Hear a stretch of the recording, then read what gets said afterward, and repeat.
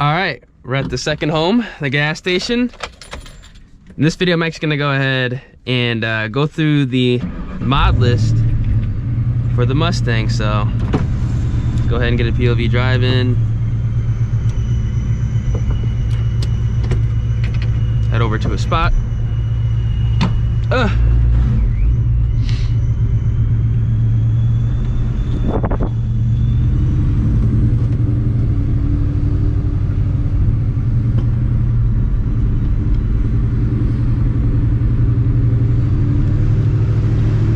I think my clutch might need to be adjusted because like first gear as well as reverse are steadily getting harder to get into.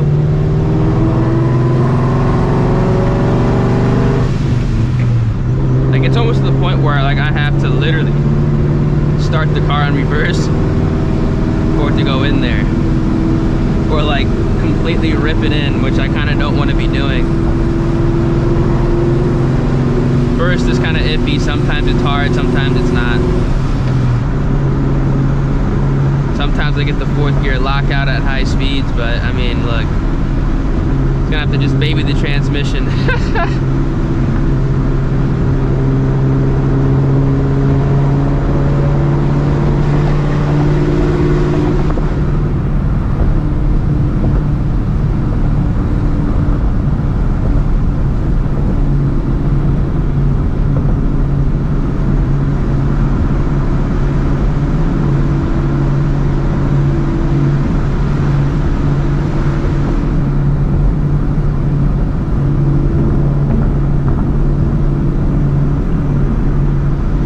For some reason, part of me wants to say that my speedometer is like not necessarily accurate. Like it moves a lot slower than what I'm actually going, if that makes any sense, because of the gear change.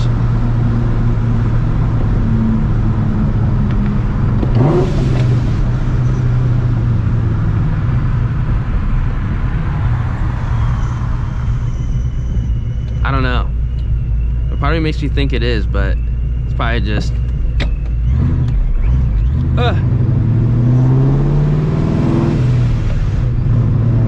probably just me thinking things.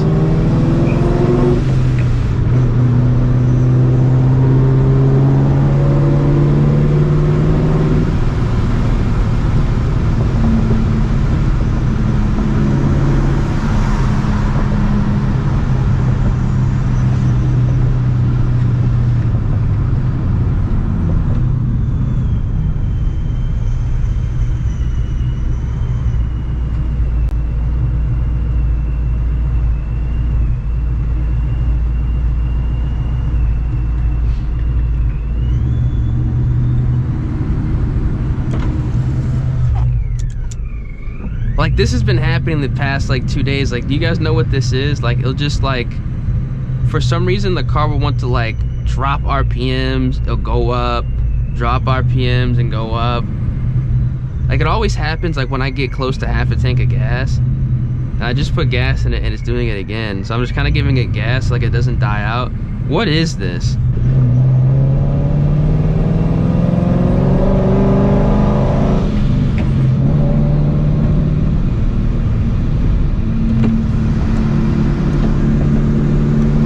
Will drive perfectly fine. It's just weird.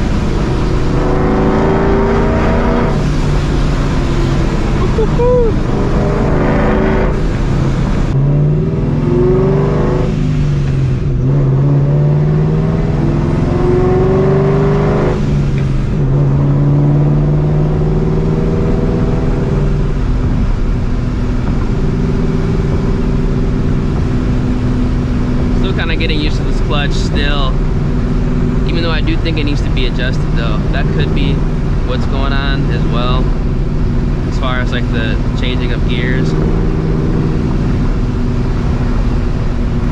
But I mean, this is still the stock 3650, and I've been not treating it nice ever since I got the car back.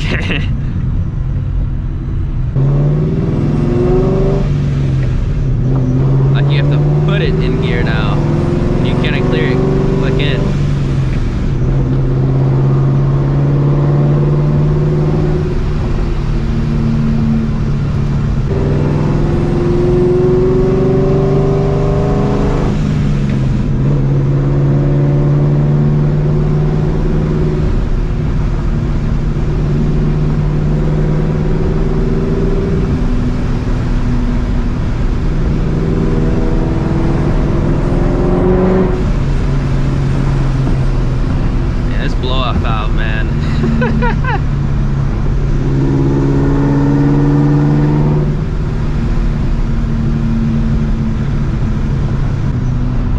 Oh, this is like my back area. I just like to just cruise the car. Like, if I'm not really trying to go like balls deep, I'll just like cruise back here and just take it easy.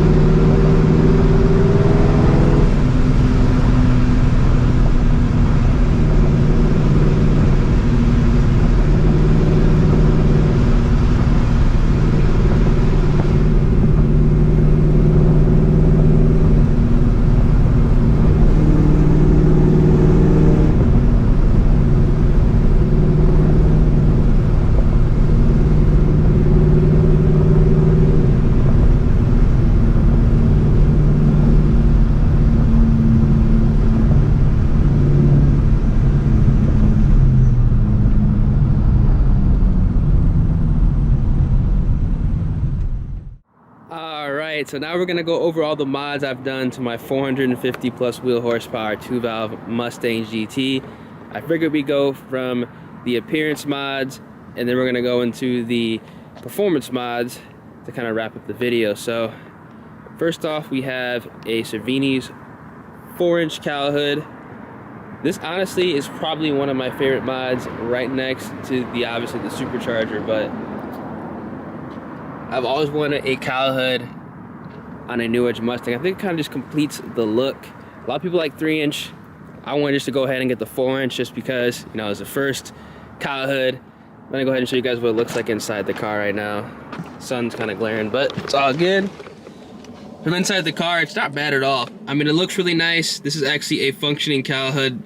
The heat does actually extract from the top, and it does work. So it's really, really nice. If you guys are boosted, or you guys are experiencing, you know, high temps, a cowl hood's a great way to have, you know, a new hood that looks good, that also functions. So I'd say it's pretty much a dub in my book. A lot of the mods that I do to my cars, I try to have them work with other mods, have them functional. So there's that.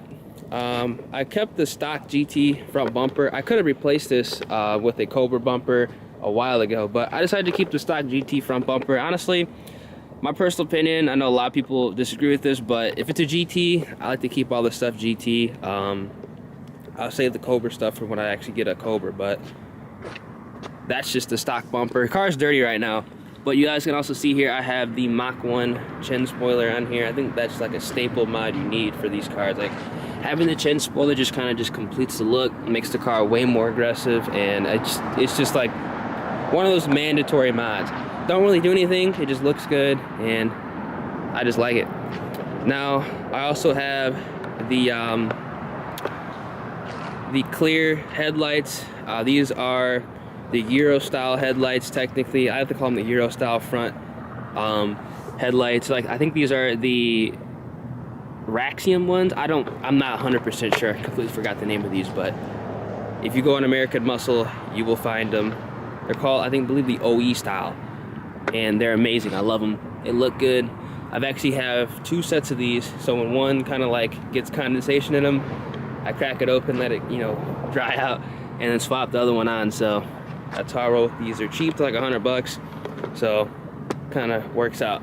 Now another mod I have, it's gonna be the Mach 1 grill delete, another kind of mandatory mod you need to do on a new edge. Honestly, I think the grill delete with the front chin spoiler and the Euro style front headlights are mint. That's just how the car should look, in my personal opinion. Now we're gonna kind of move over here. I have some 18x9 Rovos Durban wheels. A lot of new edge owners have these. Personally, these actually came with the car, so I kind of lucked out. These are actually not my favorite set of wheels. I grew on these. I mean, I might switch them out to something else, but I don't really know what I want to switch these out to. So for now, I'm just rocking with the Rovos Durbans. They look good. I mean, they don't look bad, but not my favorite set. I actually have the 18x10s in the back, not on the car right now, but you guys can see here, I have a 15x10 6.5-inch back spacing Weld S71 wrapped in a Mickey Thompson ET Street SS 275 60/15 in the back. These front tires are some Federal RSRRs. These are 245 40 18. They're decent tires. They're not amazing, but you know, they work out. They hooked up the stock power, but with boosted, no, not a chance. Same, you know, OEM front, rear, should say not front, rear bumper. This is actually a brand new one. The one I had previously was damaged. I replaced this with an OEM one because it actually has kind of the exhaust cutouts. The fake ones don't, so unless you want to spend more money to get that cut, just get the OEM. It's gonna cost the exact same. Same weld setup on this side, obviously. I do want to get the fronts as well, so that's probably gonna complete my wheel look. And then I'll decide about a street loadout. I said loadout, a street setup. I really said loadout. Oh my god, too much Warzone. But you guys can also see here the brakes. I have some GT Power Stop brakes, I believe they're called. They're just slotted and drilled. They do a pretty good job. They're not amazing. I do need to upgrade these to like some big brake kit down the line, but these do the job right now. You guys can also tell this car does not have any side skirts at all. I like to keep my cars kind of stock looking, and I think this is like the best way that I could have, you know, built this car the way I wanted it to look. Now I guess we'll start going for the exhaust components. You guys can see, oh,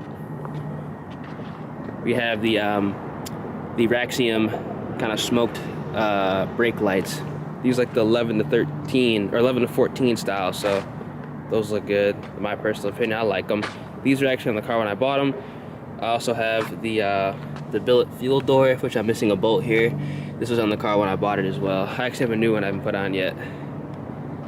But yeah, now we're going to the exhaust components. I have Borla ATAK Catback. This is the true Borla ATAK Catback. I love it. It sounds amazing. This was the first and the only exhaust I'm put on this car. I love it. It's loud, sounds good at idle, sounds good cruising, and it's ear piercing at watt. And now I have underneath the car, you can't really see because I got the exhaust kind of tucked up a little bit better now. I have an LAR Performance Off-Road X Pipe with the Borla ATAK Catback, and if you guys can see down there a little bit, I'll pop the hood when I show the Supercharger, but I have BBK long tube headers, and they're the 1 5/8 lengths. Now I'm actually going to be swapping these BBK headers for some American Racing 1 3/4 inch long tubes when my new motor is done. so that's going to complement the boost a lot better.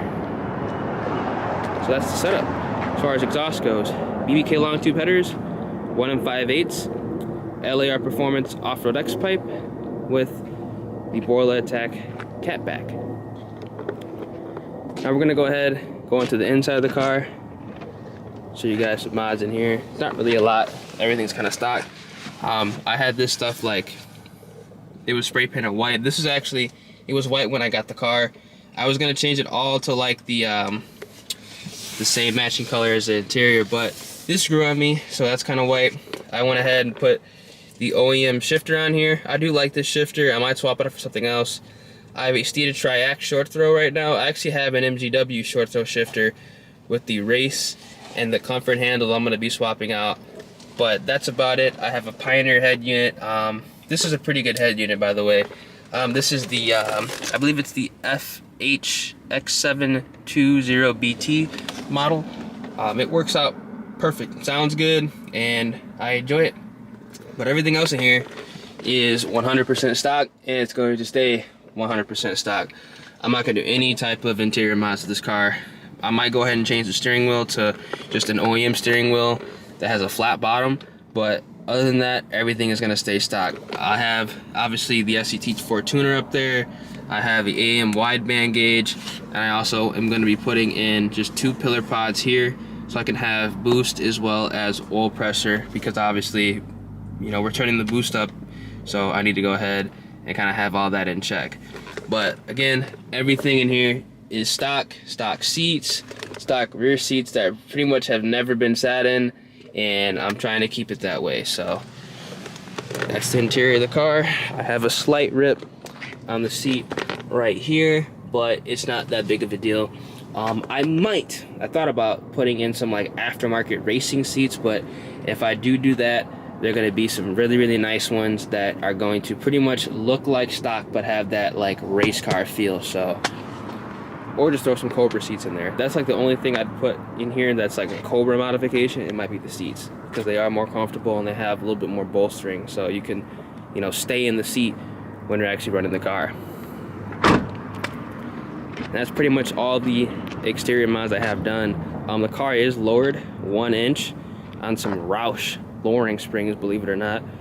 They're very hard to see right now because of how big the tire is, but that's what I have on the car. I think it gives it a pretty good stance. I'm not gonna lower the car anymore as of right now until I put the car on coilovers. So that's what that setup's gonna be, but I think it's as low as I possibly can go before starting to have problems clearing things.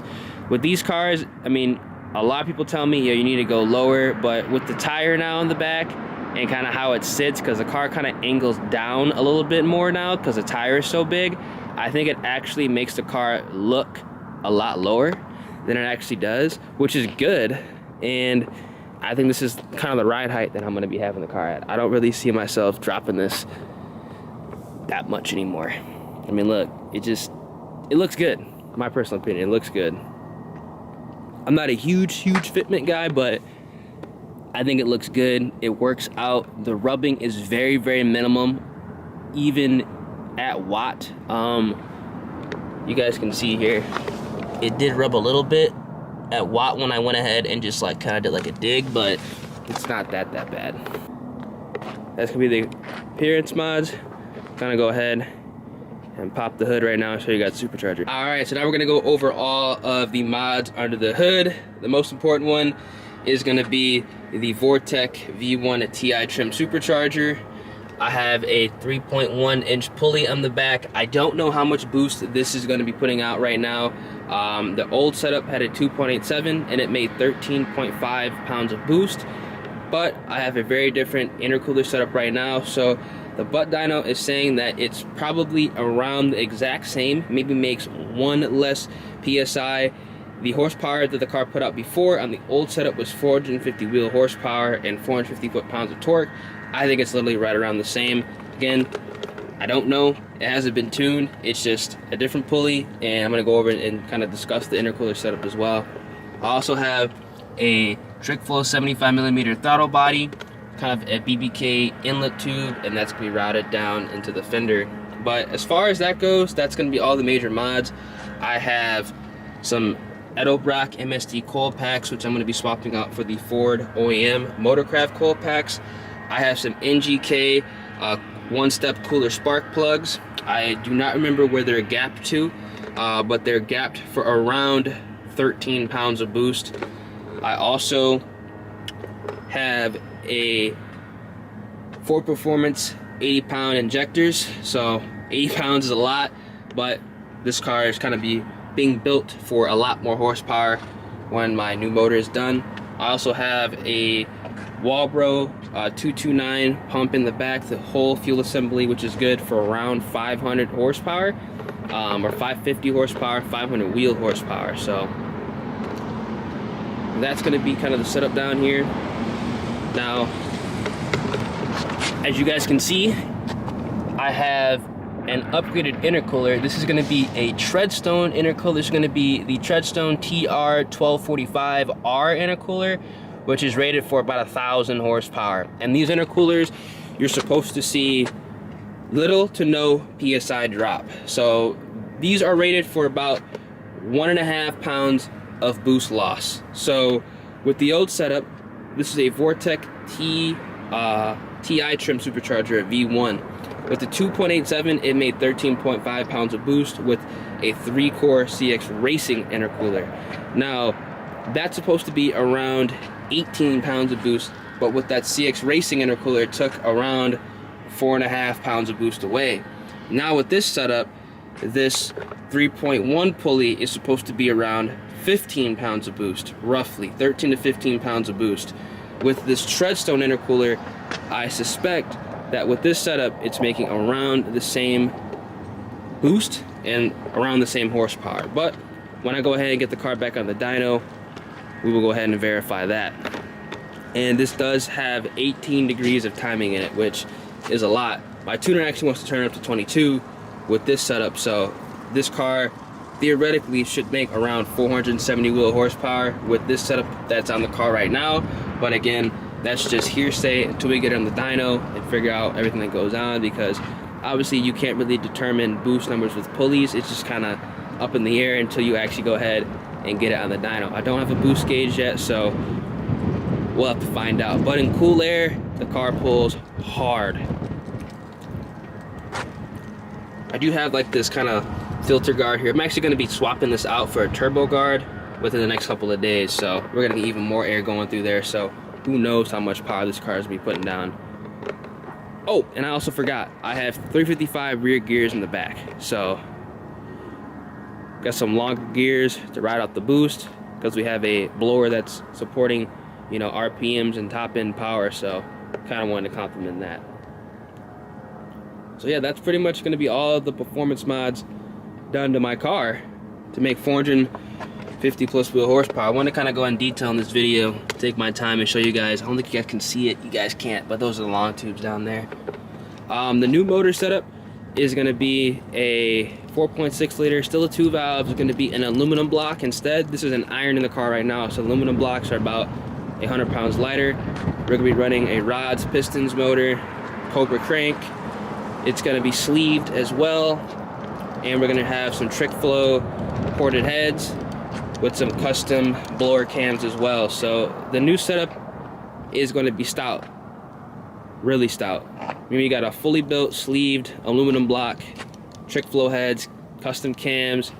Gonna have a triple pump return style fuel system for E85. This car is on 93 if you guys didn't know, but I think it's kind of obvious.